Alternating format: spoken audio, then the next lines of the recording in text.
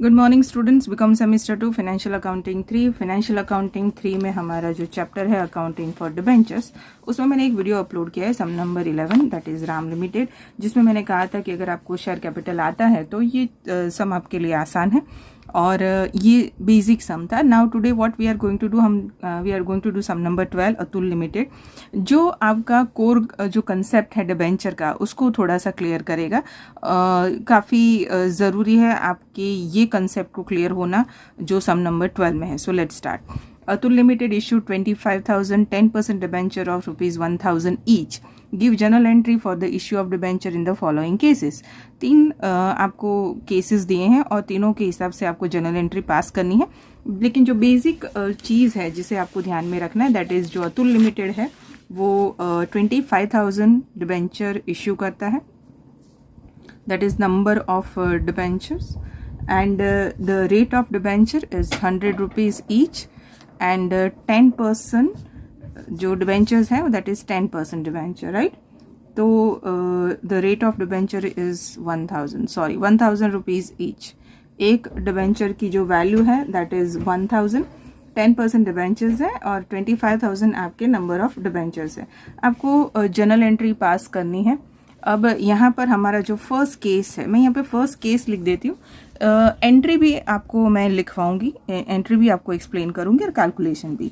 तो the first case is कि debenture issued at par, जो भी डिबेंचर्स हैं आपके वो आप इश्यू करते हैं एट पार, एंड रिडीमेबल, और उसको रिडीम करते हैं, redeemable eight 7.5% premium, redeemable eight 7.5% premium. Now सबसे पहले I will explain you meaning of this thing, कि इस चीज़ का मतलब क्या होता है कि भाई आप एट पार से इश्यू करते हैं और रिडीम करते हैं 7.5% प्रीमियम से। सबसे पहले याद रखिए कि डिबेंचर को हम 3 तरीके से इश्यू करते हैं। एट पार यानी कि उसकी जो वैल्यू है, यहाँ पर 1,000 रुपीज़ है तो 1,000 रुपीज़ से अगर हम इश्यू करते हैं that is called at par. Discount से इश्यू कर सकते हैं यानी कम प्राइस से, प्रीमियम से इश्यू कर सकते हैं यानी उसकी जो प्राइस है उससे ज़्यादा है। अब what does it mean by redeemable? Redeemable यानी उसको वापस करना है, परत करना है। तो जब आप इश्यू करते हैं तो जब वो वापस भी आते हैं, तो जब रिडीम करना है तो रिडीम भी हम 3 तरीके से कर सकते हैं। एट पार, जो वैल्यू उसी वैल्यू से आपको वापस मिलता है, प्रीमियम से रिडीम कर सकते हैं और डिस्काउंट से भी रिडीम कर सकते हैं। ठीक है, तो हमारा जो फर्स्ट केस है कि हम इश्यू करते हैं एट पार यानी at the original face value और रिडीम करेंगे 7.5% प्रीमियम से। तो we will start with the first journal entry.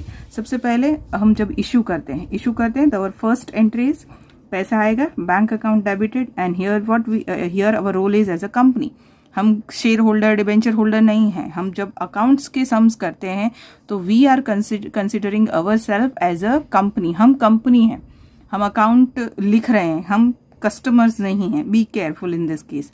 So bank account debit to, अब एप्लीकेशन आएगी तो दैट इज डिबेंचर। यहाँ पर एप्लीकेशन एंड अलॉटमेंट अकाउंट, क्योंकि आपका कोई allotment first call second call ऐसा कुछ है नहीं, तो एप्लीकेशन एंड अलॉटमेंट। एप्लीकेशन आपके पास कितनी आई तो 25,000, जैसे कि वो 25,000 इश्यू करता है, 25,000 नाउ इश्यूड एट पार यानी आप 1,000 रुपये के उसमें ही उसे इश्यू कर रहे हैं। सो 25,000 into 1,000, when you have number of 0 then write down by calculating 0 count करके ही लिखिए 60, right. Same amount over here. चलिए, अब आपकी सेकेंड एंट्री ये पार हो गया, इश्यूड एट पार हो गया। Now redeemable at premium. Redeemable at premium का मतलब है कि आपने उसे परत जब किया, आपको जब परत रिडीम हुआ तो वो आपको ज़्यादा पैसे से रिडीम करना पड़ा, वापस आपको ज़्यादा पैसे से करना पड़ा। तो जब भी आप उसे रिडीम करते हैं तो आपके अकाउंट में से पैसे जाएंगे। अब आपने रिडीम करा है ज़्यादा पैसे तो वो that is considered as a loss. Yes, it is loss. Redemption अगर आप प्रीमियम से करते हैं it is considered as a loss. तो यहाँ पर हमारी जो एंट्री है तो debenture application and allotment account debit, this one. Loss on redemption, ये आपने काफ़ी बार सुना होगा कि loss on redemption. Loss on redemption of debenture account debit to, आपके debentures 10% debentures that is your original debenture value 2 redeem कर रहे हैं premium on redemption, premium on redemption of debenture. तो आपके जो ओरिजिनल डिबेंचर हैं वो कितने के हैं? तो आपके ओरिजिनल डिबेंचर यही है 25 एंड 60, ठीक है। कितने में आप उसे रिडीम कर रहे हैं? तो you are redeeming it with 7.5, यानी आपको 25 पीछे 60, यानी कि अगर इसे कहें तो 2 करोड़ 50 लाख, 2 करोड़ 50 लाख का 75% करना पड़ेगा, ठीक है।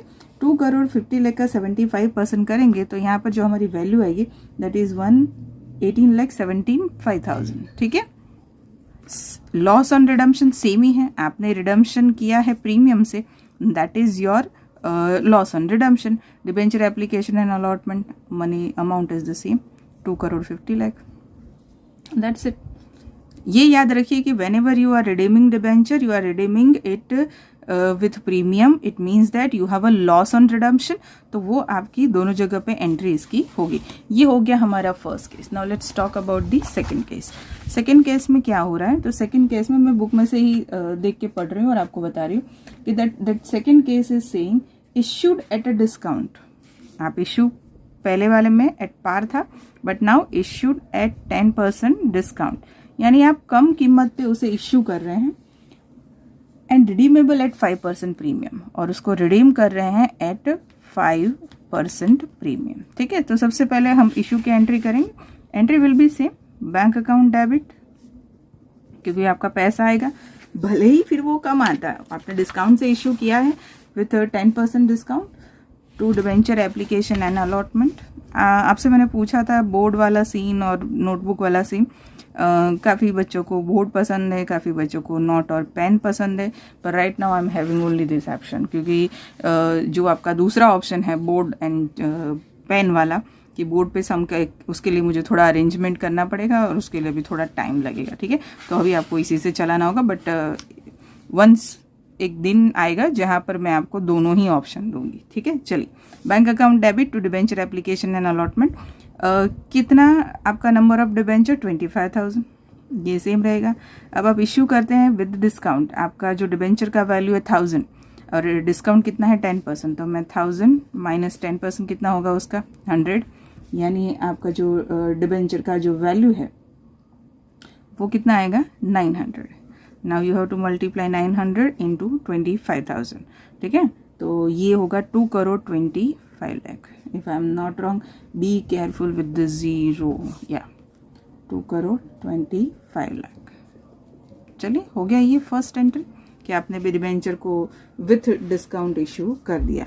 अब हम उसे रिडीम करेंगे, but whenever you redeem the debenture you have to make an entry और you have to consider all the aspect कि भाई प्रीमियम से रिडीम किया है तो दैट इज योर लॉस, पर उसे इश्यू किया था डिस्काउंट से, राइट, तो वो भी हमें देखना है। तो सबसे पहले हम लिखेंगे debenture application and allotment account, ये जैसे हमने आगे लिखा। अब यहाँ पे loss on redemption of debenture वो तो कॉमन ही आएगा, क्योंकि आप जब उसे रिडीम कर रहे हैं तो प्रीमियम से ही रिडीम कर रहे हैं, तो loss on redemption of debenture वो आप सेम रखेंगे, ठीक है। चेंज क्या होगा? चेंज ये होगा कि आपने इसको डिस्काउंट से इश्यू किया था, तो यहाँ पर आपकी एक एंट्री बढ़ जाएगी, that is discount on debenture account. आपने जब इश्यू किया था आप उसे कम प्राइस में इश्यू करें, दैट इज 902 आपका 10% debenture and same premium on redemption of debenture, ठीक है। आपको कंसेप्ट समझ में आ जाएगा तो entry is not difficult for you. चलिए, अब इसको कैसे करेंगे? तो उसको हम करेंगे, सबसे पहले आपकी डिबेंचर एप्लीकेशन एंड अलॉटमेंट, जो आपका ऊपर का अमाउंट है वो लिख दीजिए 2 करोड़ 25 लाख। डिस्काउंट लिखना है आपको कि कितने डिस्काउंट में आपने इसको इश्यू किया, तो 100 रुपीज़ आपकी डिस्काउंट की वैल्यू थी, 100 इंटू 25,000, तो 100 इंटू 25,000 दैट इज 25 लाख। जब उसे आप रिडीम कर रहे हैं तो आप उसे 5% प्रीमियम से रिडीम कर रहे हैं। दो तरीके से ये चीज़ें हो सकती है। सबसे पहले कि आपके डिबेंचर की जो ओरिजिनल वैल्यू है उसका आप 5% कर दीजिए। आपकी डिबेंचर की ओरिजिनल वैल्यू कितनी है 25 लाख, क्योंकि आप रिडीम कर रहे हैं तो आप अपने ओरिजिनल वैल्यू से ही करेंगे। तो 25 लाख नहीं, 2 करोड़ 50 लाख था शायद, या 60 2 करोड़ 50 लाख, ये आपके 10% डिबेंचर है और उसका आपको 5% करना है, यानी आएगा 12,50,000 या 12,50,000. This is your premium. एक second, this is your premium 2,50,00,000 और उसका 5% 12,50,000 प्रीमियम से आप रिडीम करेंगे. तो यहाँ पर आपके 10% डिबेंचर की वैल्यू सेम 22,50,00,000 और जो आपका प्रीमियम है दैट इज़ मैंने अभी आगे काउंट करा 12,50,000. ठीक है, यहाँ पर भी हम लिखेंगे 12,50,000. That's it. तो इस तरह से आपका ये एंट्री कंप्लीट होगा. चलिए, इसमें आपके जो अंदर डाउट खड़े होंगे उसके आंसर मैं दे रही हूँ. सबसे पहला आपका डाउट होगा कि मैम फर्स्ट एंट्री है उस इश्यू कर रहे हैं, उसमें डिस्काउंट नहीं आएगा. नहीं, उसमें डिस्काउंट नहीं आएगा. आप सीधा उसमें अमाउंट लिख देंगे कि भैया इतना पैसा हमारे बैंक में आएगा. डिस्काउंट की एंट्री कब करेंगे, यानी कि इश्यू के वक्त अगर डिस्काउंट और प्रीमियम है तो कब करेंगे, तो वो रिडीम के टाइम ही करेंगे. तो रिडीम के टाइम पे हम देख लेते हैं कि रिडम्पशन कैसे कर रहे हैं. तो रिडम्पशन 5%. तो आपका दूसरा सवाल होगा कि मैम रिडम्पशन 5% है तो वो 2,25,00,000 पे नहीं होगा, 2,50,00,000 पे क्यों आपने प्रीमियम काउंट करा. तो जो प्रीमियम और डिस्काउंट है वो फेस वैल्यू ओरिजिनल वैल्यू पर ही काउंट होता है, तो इसलिए हम उसी पे ही प्रीमियम काउंट करेंगे. तो ये लॉस और ये प्रीमियम की एंट्री ऊपर से आएगी, सिर्फ आपको डिस्काउंट ऐड करना है एक्स्ट्रा. ये डेबिट और क्रेडिट का टोटल सेम होना चाहिए, ये याद रखें. दिस इज अ क्लू कि आप सही है गलत. चलिए, अब हमारा तीसरा केस भी बहुत अच्छा है. तीसरे केस में कह रहा है वो भैया इश्यूड एट 5% प्रीमियम, यानी कि अब आप इश्यू कर रहे हैं एट 5% प्रीमियम. ठीक है, और उसको रिडीम कर रहे हैं at 2.5% premium. Redeem at 2.5% premium. चलिए, या correct.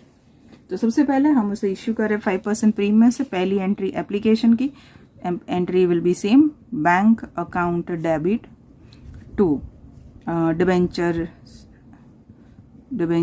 Application and allotment account. आप 5% प्रीमियम से इश्यू कर रहे हैं, आपका 1,000 रुपीज़ का शेयर है, सॉरी डिबेंचर है. तो अगर हम उसको कैलकुलेट करें तो कैसे करेंगे, तो यहाँ पे लिख दूँ मैं 1,000 रुपीज़ प्लस 5% प्रीमियम. 5% प्रीमियम मतलब 50 हुआ, यानी 1050 ये हो गया. मल्टीप्लाई कर देंगे आपके नंबर ऑफ डिबेंचर्स के साथ. Your number of debenture is 25,000. So 25,000 into 1050, this is rupees. तो टोटल जब मल्टीप्लीकेशन करेंगे दैट विल बिकम 2,62,50,000. 2,62,50,000. ओके, चलिए, ये हो गया आपकी first entry. Now it's time for the second entry and that is for the redemption. Redemption 2.5% premium से हो रहा है. ठीक है, तो आपकी पहली एंट्री यही होगी, debenture application and allotment account. Application and allotment account. अगर हम रिडीम प्रीमियम से करें that is our loss. So loss on redemption of debenture account.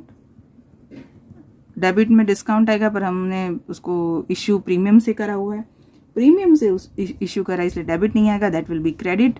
Okay, आप प्रीमियम से कब इश्यू कर सकते हैं कोई भी आपकी सिक्योरिटीज़ को, जब आपकी कंपनी उतनी प्रीमियम हो, आपकी कंपनी की गुडविल अच्छी हो, आपकी कंपनी अच्छा खासा प्रॉफिट कर रही हो, ग्रोथ अच्छा हो, तब आप लोगों से ये कह सकते हैं कि भैया 1,000 रुपये का, 100 रुपये का, 10 रुपये का शेयर है बट हम तो 15 में देंगे क्योंकि हम प्रीमियम से डालेंगे. So that is your credit. सो इस तरह से याद रखो कि वो क्रेडिट की बात है, यानी क्रेडिट साइड आएगा.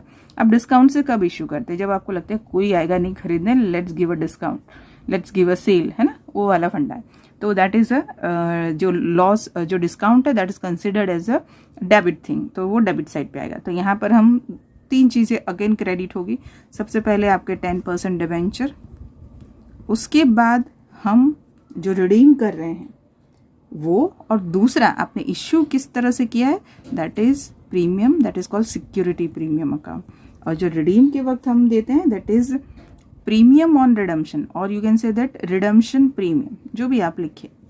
ठीक है, अब हम इसको बाइफ्रगेट कर देते हैं. 2,62,50,000 as it is. Loss on redemption 2.5 5% से आप इसे रिडीम कर रहे हैं। तो अगर हम इसको देखें 2.5% से, तो जैसे हमने आगे करा कि आपकी जो ओरिजिनल वैल्यू है 2,50,00,000 उसका 2.5%, ठीक है। तो 2,50,00,000 का 2.5% दैट विल कम 6,25,000। मैं कैलकुलेटर लेकर नहीं बैठी हूँ, मैं सही जा रही हूँ ऐसा मुझे लग रहा है, 6,25,000। अगर calculation is important but here the concept is more important. आपके लिए सारा कैलकुलेशन सही होना चाहिए at the time of exam और at the time of you are doing practice. Here I just want to clear your concept, ठीक है। तो this is your redemption premium, ये हो गया आपका रिडम्पशन प्रीमियम। अब उसने क्या बोला है कि 10% डिबेंचर, तो हम हमारी ओरिजिनल ही वैल्यू लेंगे। ओरिजिनल वैल्यू हमारी है 2,50,00,000।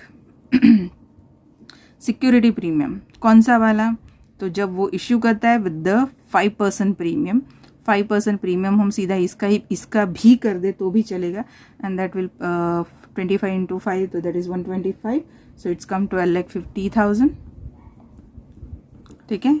ये कौन सा वाला है, ये redemption premium, that will come 6,25,000। Done. अब लास्ट में क्या करना है, लास्ट में आपको टोटल कर देना है, इस डेबिट साइड का टोटल और क्रेडिट साइड का टोटल सेम आना चाहिए। तो ये हो गए हमारे तीनों केसेस।